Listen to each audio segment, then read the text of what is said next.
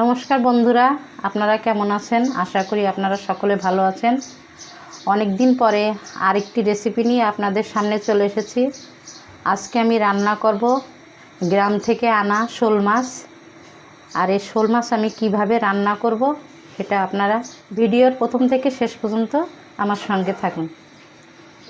চুলোটা ধরিয়ে দিয়ে কড়াইটা বসিয়ে দিয়েছি। এদিকে আমি মাছে হলুদ এবং লবণ দিয়ে মাখিয়ে নেব। পরিমাণ মতো লবণ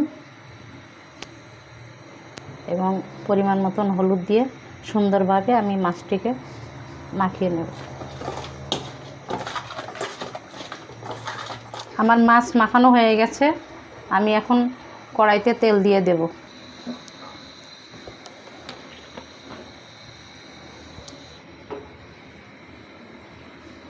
মাছ ভাজির জন্য তেল দিয়ে দিচ্ছি কড়াইতে।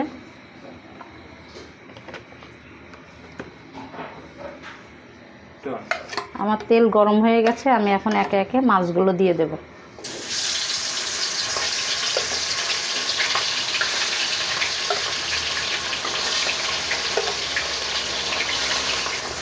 একবারে আমি মাছগুলো সব দিয়ে দিলাম।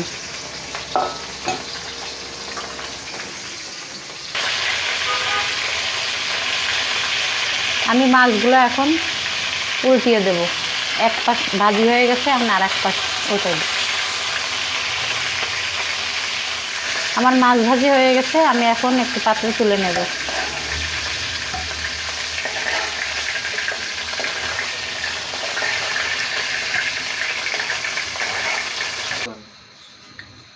মাছ ভাজির তেলের ভিতরে কুচানো পেঁয়াজ দিয়ে দেব।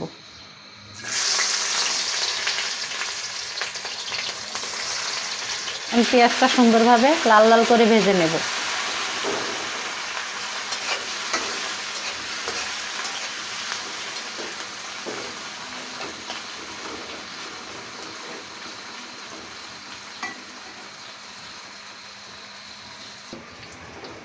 আমার পেঁয়াজটা ভাজি হয়ে গেছে। এখন আমি এর ভিতরে অন্য অন্য মশলাগুলো দিয়ে দেব। প্রথমে দেব জিরা বাটা, দিয়ে দেব আদা বাটা, রসুন বাটা, পেঁয়াজ বাটা। এই মশলাটা সুন্দরভাবে আমি কিছুক্ষণ ধরে কষাতে থাকবো। আমি মশলার ভিতরে অল্প একটু পানি দিয়ে দেব।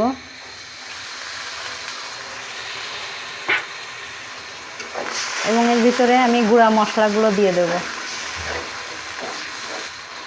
হলুদ গুঁড়া পরিমাণ মতো,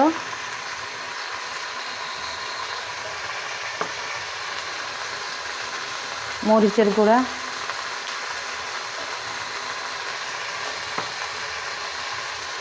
এবং দিয়ে দেব লবণ।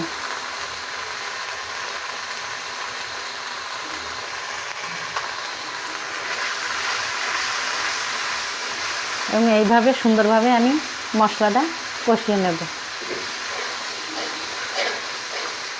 আমার মশলা কষানো হয়ে গেছে। আমি এখন এর ভিতরে পানি দিয়ে দেব।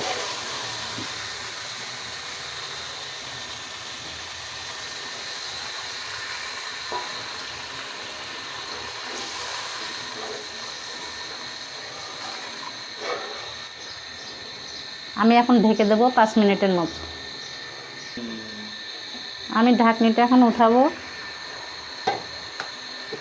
এখন আমি এই ঝোলের ভিতরে মাছটা দিয়ে দেব।